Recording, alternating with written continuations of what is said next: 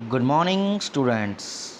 Dear students, this is a video lecture of physics class +2 physics, ठीक है। और आज हम पढ़ेंगे, जी हाँ, हमारी फिज़िक्स का जो चैप्टर चल रहा था करंट इलेक्ट्रिसिटी, इसका यूनिट 2 का, that is chapter 2 2B। Clear है। आज उसके बाद में पढ़ेंगे, जी हाँ, that is electric measurements 2B, electric measurements, ठीक है। Very important chapter, very interesting chapter. इसमें किरचॉफ्स लॉज पढ़ेंगे हम, ठीक है। और इसमें बहुत सारे इंस्ट्रूमेंट्स आने वाले हैं जो कि आपको आगे प्रैक्टिकल में भी काम आएंगे। आपके जो प्रैक्टिकल एग्जामिनेशन होता है उसमें जो आपको काम आएंगे बहुत सारे, जैसे पोटेंशियोमीटर हो गया, मीटर ब्रिज, वो सारा इसमें पढ़ना है। इसमें 3-4 एक्सपेरिमेंट कवर हो जाते हैं, वो आपको ध्यान से रखना है।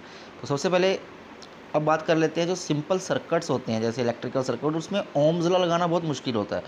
तो some application of Ohm's law fail to solve this circuit. तो इस सर्किट्स को सॉल्व नहीं कर सकते ओम्स लॉ का इक्वेशंस, ठीक है। तो किरचॉफ साइंटिस्ट थे, उन्होंने इसको कुछ रूल्स दिए जिससे हम इजीली सर्किट्स को पढ़ सकते हैं। सर्किट तो आपको समझ आ गई होगी, तो वो रूल्स पढ़ते हैं। उस रूल्स को पढ़ने से पहले हम 2-3 डेफिनेशन जान लेते हैं जो आपको बहुत जानना ज़रूरी है। जंक्शन और नोड। जंक्शन क्या होता है? वेयर 2 और मोर कंडक्टर्स आर कनेक्टेड इलेक्ट्रिकली। जैसे 2 वायर्स है, अब ये 2 वायर यहाँ से मुड़ी, यहाँ से मुड़ी, क्या ये जंक्शन है? तो हम इस जंक्शन को तभी कहेंगे अगर एक वायर और, मतलब 2 या 2 से ज़्यादा। क्लियर है।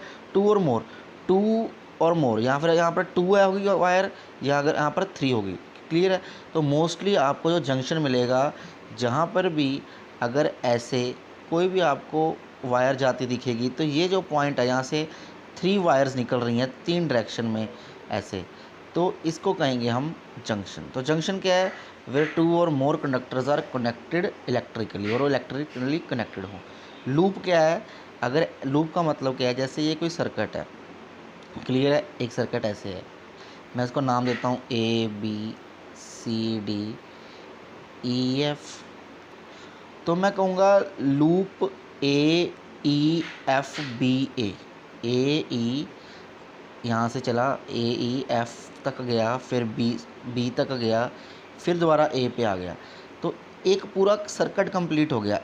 कोई भी क्लोज्ड पाथ हो इलेक्ट्रिकल सर्किट में, ये क्लोज्ड पाथ है ना पूरा, तो इसे कहेंगे हम लूप। तो ये मुझे लगा 2 आपको डेफिनेशन क्लियर होगी, क्योंकि ये बहुत यूज़ होने वाली है आगे। अगर आप यहाँ पर समझ लेंगे तो अच्छी बात है। किरचॉफ्स का फर्स्ट लॉ बहुत ईजी है। ये कहता है the algebraic sum of various current meeting at a point in a closed electrical circuit is always zero.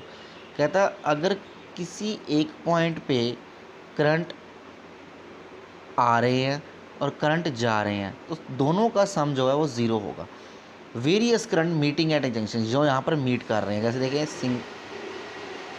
Single यहाँ पर पॉइंट है, यहाँ पर सपोज कर लो करंट I1 बाहर जा रहा है, इस पॉइंट से I1 बाहर, ऐसे एरो बाहर दिखाया हुआ I1, ये देखें, ठीक है।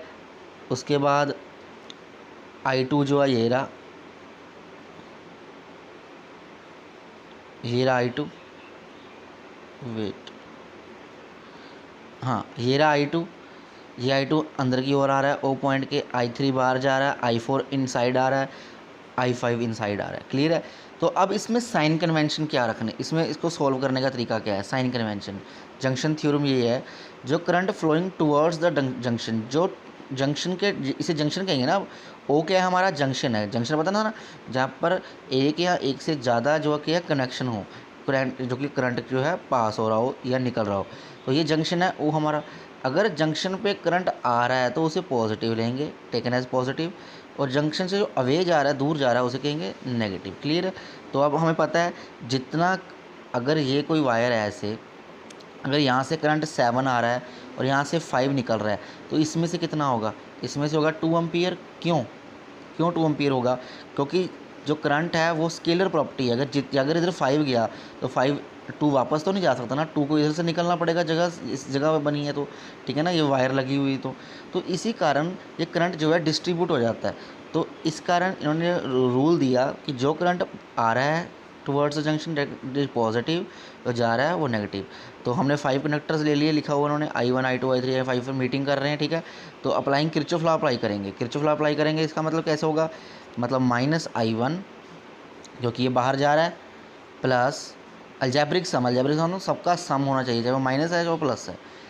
I2 क्या पॉजिटिव, I3 फिर नेगेटिव बाहर जा रहा है, I4 फिर पॉजिटिव, I5 भी पॉजिटिव, क्योंकि ये तीनों अंदर आ रहे हैं, ठीक है ना। क्या कर रहे हैं, ये तीनों जो हैं are taken as flowing towards the junction, clear है।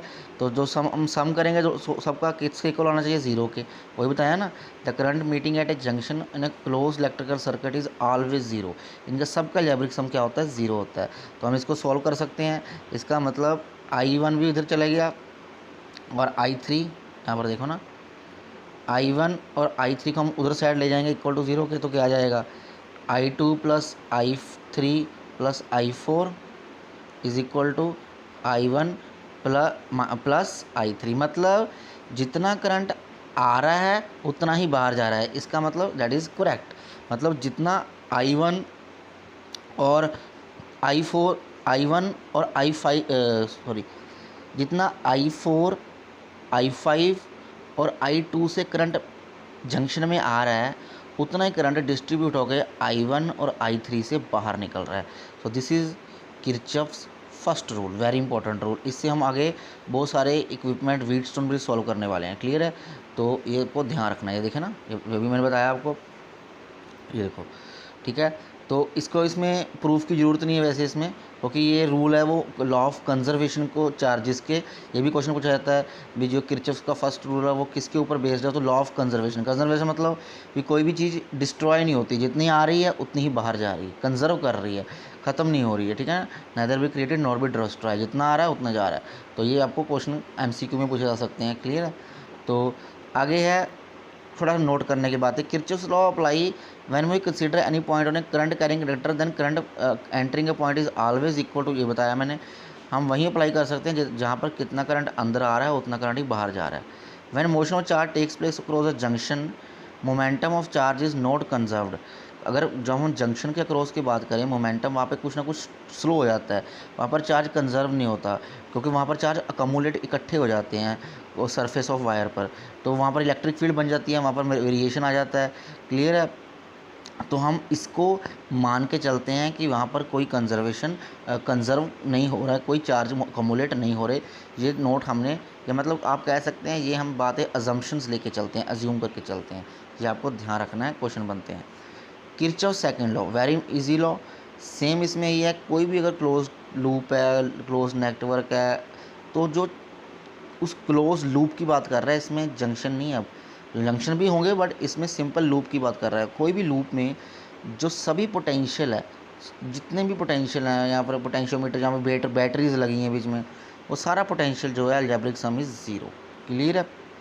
तो देखा ना, the algebraic sum of EMF is equal to the algebraic sum of product of various resistance and respective currents. क्यों, पोटेंशियल होता क्या है, पोटेंशियल होता है current into resistance, Ohm's law according. तो EMF अगर जीरो है तो इसका मतलब I इंटू आर का समेशन है जो वो भी जीरो इक्वल होगा, because V is equal to IR होता है ना। तो अगर इसका summation algebraic sum of potential equal to zero, so it means IR is also equal to zero, okay.